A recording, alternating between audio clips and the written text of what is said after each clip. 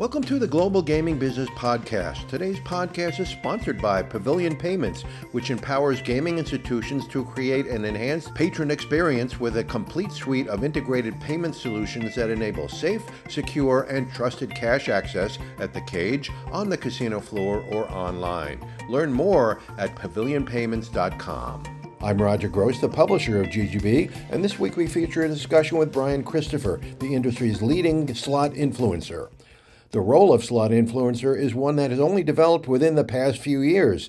The idea of watching someone play the slots was far-fetched until Christopher began featuring himself on his YouTube channel. Quickly, thousands of people began watching him play the slots. Christopher admits he's lost hundreds of thousands of dollars playing the slots, but his fans don't care. They want to see how he plays and how the new games perform.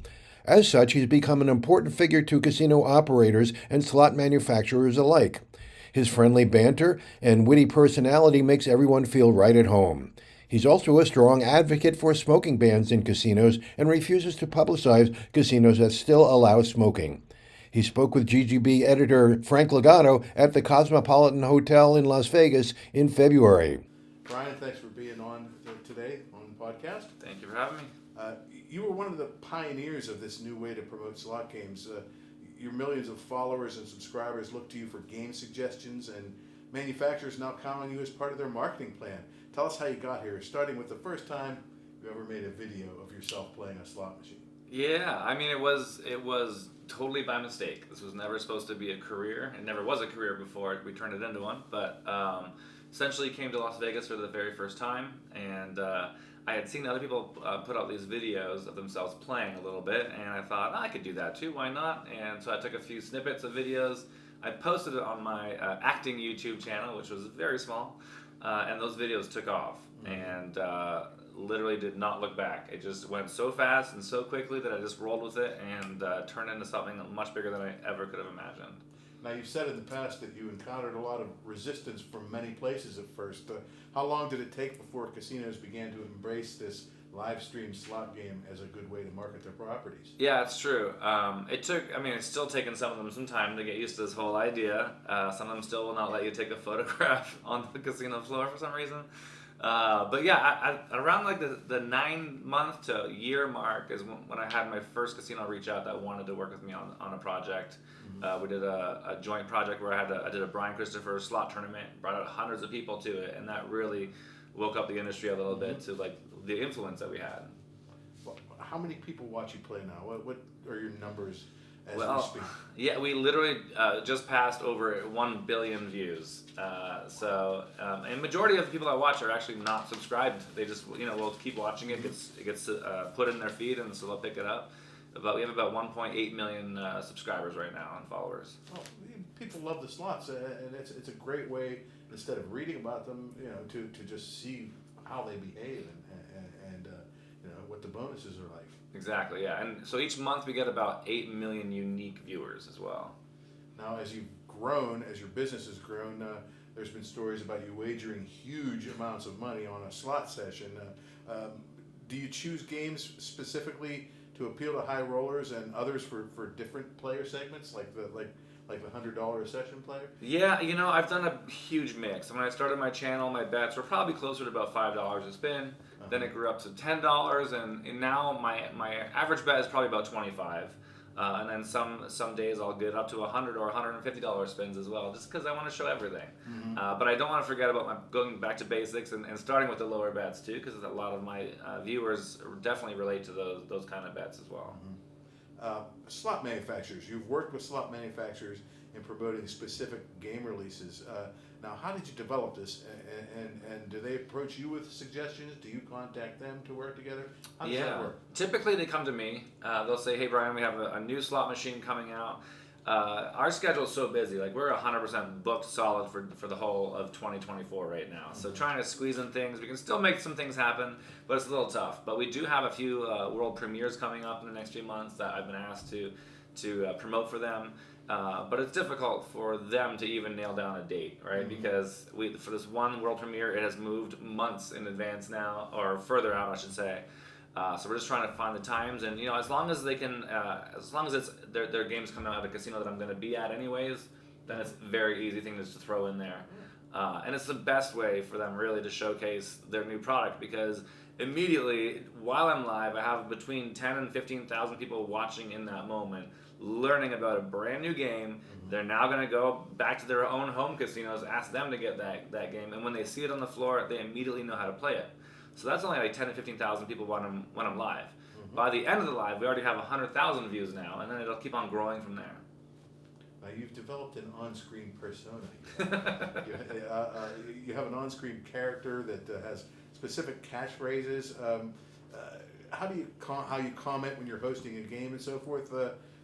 Tell us how you fit that into each game video. Yeah, I mean, honestly, it's 100% me on screen. I'm not putting on a character, so to speak, but there are catchphrases that just come out, like "line it up, Buttercup," and a lot of these sayings just pop out of nowhere, and then they catch on immediately.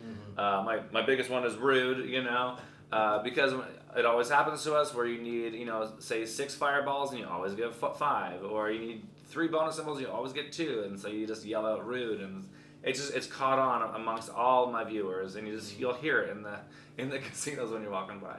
And of course, that character was made animated in an actual slot machine from Gaming Arts. Tell us about how that developed and how you converted yourself into these animated games. That was crazy. Brian Christopher's Pop and Pays More with Gaming Arts, they approached me and they said, listen, we've seen from your videos that both you and your fans love our Pop and Pays game. We're developing a new version of it, Pop and Pays More. We'd love to do a Brian Christopher version of that game. Are you interested? And obviously I was. And so they brought me in. We had numerous sessions. They had me go back and work on certain symbols I wanted to have incorporated, certain noises, certain effects, and so it was a very, very, very big joint effort to come up with everything. And they were great partners because they listened to everything I said. They didn't include everything because some of it they're like, Brian, that is mathematically impossible. Like they had to bring me down a little bit, but a guy can dream, And yeah, so it worked out so well that in fact that game was brought online as well on Chumba at the same time. And we were also instrumental in getting that game on cruise ships as well, and we got them, Gaming Arts, connected with Carnival because of our partnership there too.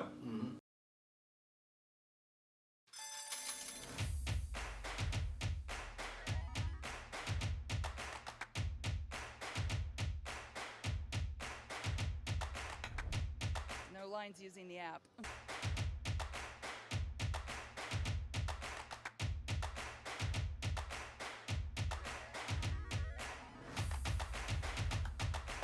When I need more money, I don't have to get up and go get in a long line.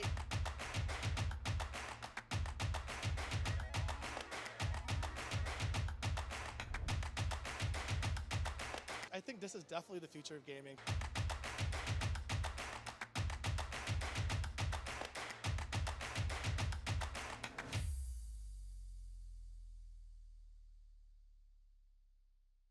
And you, the plaza, you have a Brian Christopher Slots area that, along with your game, has a collection of your favorite games. How's that attraction doing, and are you doing other ones? Yeah, it's going great. So we actually started it in, I believe it was 2020, and it did so well that within about 6 months or so, we expanded the area. And then a few years later, I came out with my smoke-free stance, and because of that, I could no longer be promoting the casino. So they decided to build an expansion to the casino that was 100% separate, had its own entrance, and completely smoke-free. So now it's like more than double or triple or quadruple the size, I forget now. And it's doing really well. And so we're already talking about possible expansions to that one as well. Because it's the very first smoke-free gaming area in all of downtown Vegas. So it's very important that we promote that, I think. And it's doing quite well. Are you taking that concept to other casinos? We'd love to take it across the country. I think it's genius. We have followers all over the country. We are in talks with some other places that might be interested in that as well. So hopefully in the near future we'll see more popping up. Let's talk about your non-smoking stance. You've pledged to take your events only to non-smoking facilities. Tell us about your efforts to promote smoke-free casinos, including testimony before a New Jersey legislative committee. Yeah, it's just something I'm really, passionate about, and what I've learned is that most people I talk to are also passionate about it too, but they just keep their mouths shut. 89% of the population in the U.S. does not smoke, and so it just does not make sense to me that 100% of people should have to breathe it in if it's only 11% of them smoking. And it's not just for the smokers, but I'm thinking about, or the non-smokers, it's also for the staff who have to be there every single day. Mm-hmm. You might go to the casino once a month and you can deal with it. Go home and shower, you're done. But they have to live in it every single day. And some of them are dying from cancer and they've never smoked a day in their life. And to me, it's just so archaic. It's been out of our restaurants and our bars and our theaters and our airplanes for years, for decades even. And for some reason, they seem to still have this old school view that gambling and smoking goes hand in hand when it has nothing to do with one another. There might be a higher population of the gamblers who do smoke than not, but people are still going to the casinos to gamble. They are not going there to smoke. Mm-hmm. Do you work at all with the groups that are promoting this effort to make casinos smoke free? There's CEASE in Atlantic City, and then there's Americans for Non-Smokers' Rights. Yeah, I work with them both. I'm very proud of what their efforts that they're doing. We just did a joint effort with a survey we've put out there, and we're learning that not only do people want smoke-free options, even the smokers want it. 89% of smokers that we polled prefer a smoke-free environment over smoking. And to some people that's a crazy idea, but when you think about it, how many smokers do you know that actually smoke in their own houses? Majority don't. I don't know of any that have, but I'm sure some do. And it's because they don't want to smell like an ashtray either, and so when they go to the casino, they don't want to necessarily live in it either. But put a nice outdoor patio for them. Have an outdoor experience. There are states like Maryland that have no smoking indoors, but they've created outdoor smoking patios with slot machines where the air goes right out. There's no filtration system that will do that indoors for you. No matter how hard they'll tell you it'll get rid of it all, it does not. Well, we were recently in London and we went to the Hippodrome, and they have built an entire top level of a smoking area that's open to the area, but it has heaters and everything. It's very nice. Have you looked to expanding beyond the United States? I would love to do that. We most recently have, with our cruises, we go all over, but we went to Australia and New Zealand last year. Huge base over there for our fans, which is nuts to me. In fact, the number one viewed city for watching our videos on Facebook is Sydney, Australia. And so, I would love to do more out that way and all over the country. We've been hit up from a few other places. Our fan base doesn't necessarily sit in lots of other countries. We're like 75% in the U.S. and then the other 20% is between New Zealand, Australia, the U.K. and Canada. Okay. Now, you've said your main audience consists of millennials, sought after demographic by the casinos, one that doesn't like secondhand smoke. Can you elaborate on that aspect? Yeah, I mean, if you think about it, right, they grew up without ever smelling a cigarette. They don't know what it's like to be inside a space where there's smoking going on. They've never experienced it until they turn 21 and they can walk into a casino.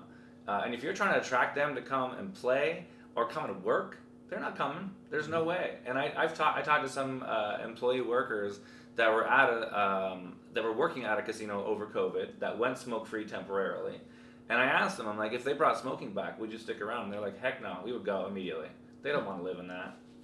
And so they got to get with the times. They really do. Well, you mentioned that the Pop and Pays game is online now. Let's talk about online slots.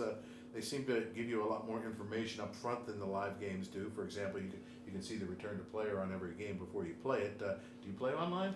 It's funny you say that. We just launched an online channel right now. It's our third YouTube channel, Brian Christopher Slots 2. And so now we are licensed to promote online gambling across all the gambling states. And so every month now I'm traveling to those states to do live streams on our new channel. And we're putting out daily shorts on there as well of me playing online real money gaming. Great. Yeah. There seems to be also a wider selection of games online, some which haven't even been on live casino floors. Are there games you'd like to see that you've seen online you'd like to see on casino? Yeah, it blows my mind actually, like how many incredibly great games that are online. I'm like, why are these not made into slot machines? Like they're killing it online, and I don't understand why there's not that crossover. My game was the first one to go on a sweepstakes based casino, right? And now I've seen another one come on since. But in the real money gaming side, yeah, there's tons of them that do cross over now, and the omni-channel thing, it just makes sense. Because, now, like I was saying, when people watch my videos, they now know how to play it in a casino. And the same thing works this way. If they know how to play it in a casino, they can play it online, and vice versa. So that way, or even for my game, Pop and Pays More is not in every casino. It's not even in Canada yet. But now Canadians can play my game online, and I really want to play it. Now your business survived that YouTube snafu, and now you're thriving from the YouTube channel to ad revenue, merchandising sales. Where do you go from here? We have so many things that are like in the works.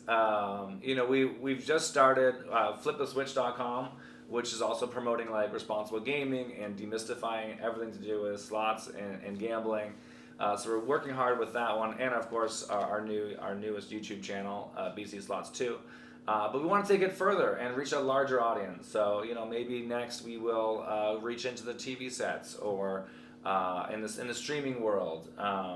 Maybe we'll come up with more slot machines. We've only got one so far, and it's been a year and a half. I'm like itching for another one, But like we are like quite busy already. And every day we're getting reached at from other players that want us to do more things, and it's really it's a great spot to be in, but it's so hard to pick and choose what you want to do because you got to make sure you have a little bit of time left to do other things.